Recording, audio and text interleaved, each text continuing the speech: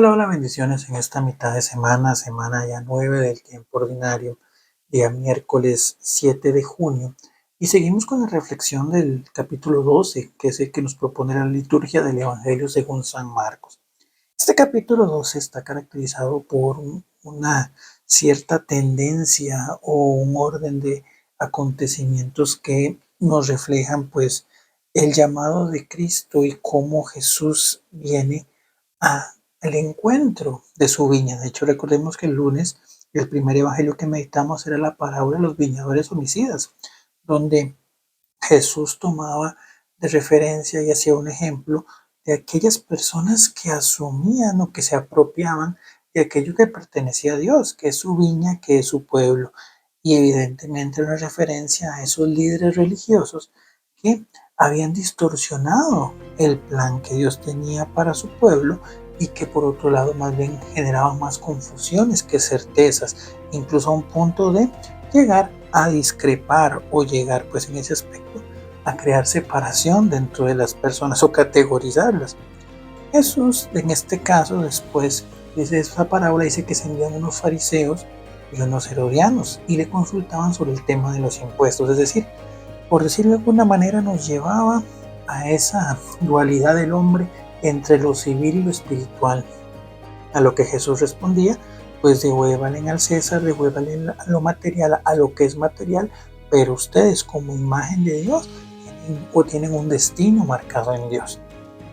Hoy aparecen los saduceos dentro de los personajes de poder que existían justamente dentro de este pueblo de Israel, pues estaban los fariseos, que eran muy dados en temas de manejo de lo que eran las escrituras.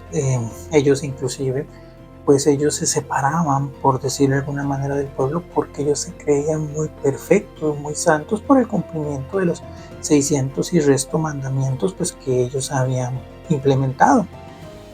Después, hoy aparecen los saduceos. Los saduceos eran una aristocracia, era una clase acomodada.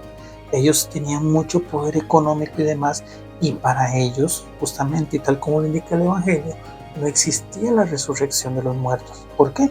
Porque ellos vivían tan plácida y cómodamente en el mundo que ellos no tenían la necesidad de pensar que había un más allá.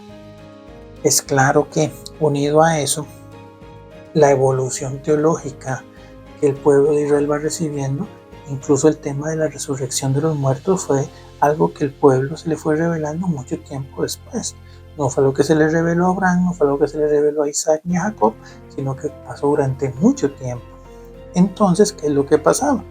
Que pues ellos se dedicaban a vivir plácidamente, con comodidades y disfrutar a sus anchas la vida terrena, porque decían que después de eso no ocurría nada. Entonces quieren poner a prueba a Jesús sobre una doctrina que no creían.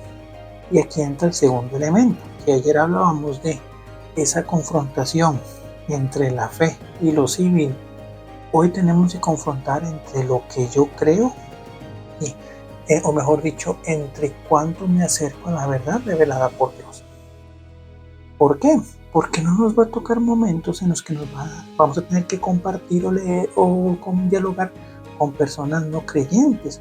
Y evidentemente, unido a eso, pues habrán momentos en los que nos van a querer pues señalar, nos van a querer pues apartar, nos van a querer humillar por nuestra fe.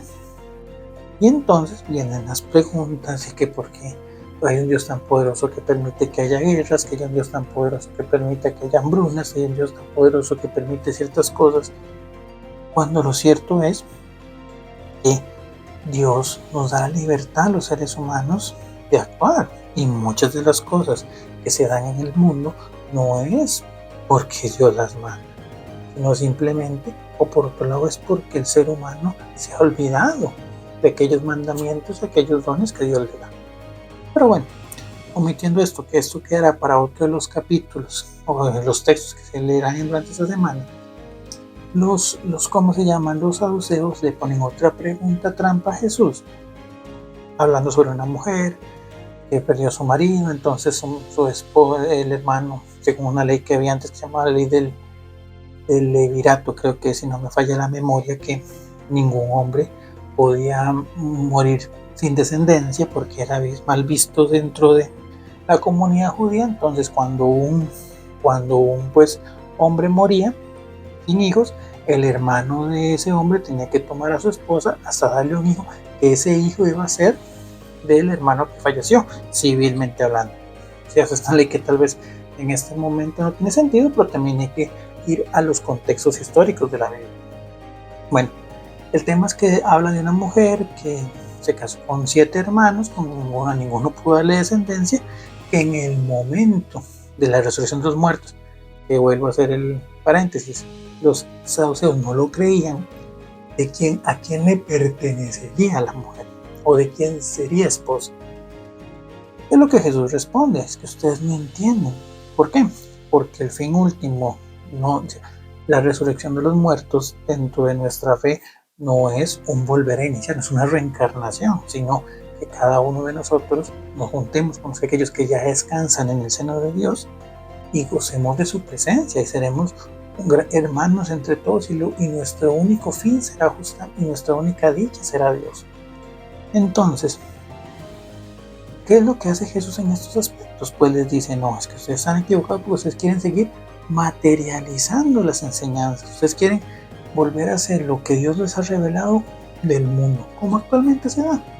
Hoy se han querido cambiar los mandamientos de Dios, ¿para qué? Para hacerlos más humanos, más cercanos, cuando al final del camino la idea es justamente todo lo contrario, que el hombre logre justamente esa condición divina que nace producto de su santificación y salvación. Entonces, tengamos conciencia de que tenemos que crecer en la formación, que tenemos que pedirle al Señor la fe para entender sus enseñanzas, y sobre todo pues justamente la certeza de poder contestar y dar testimonio de nuestra fe.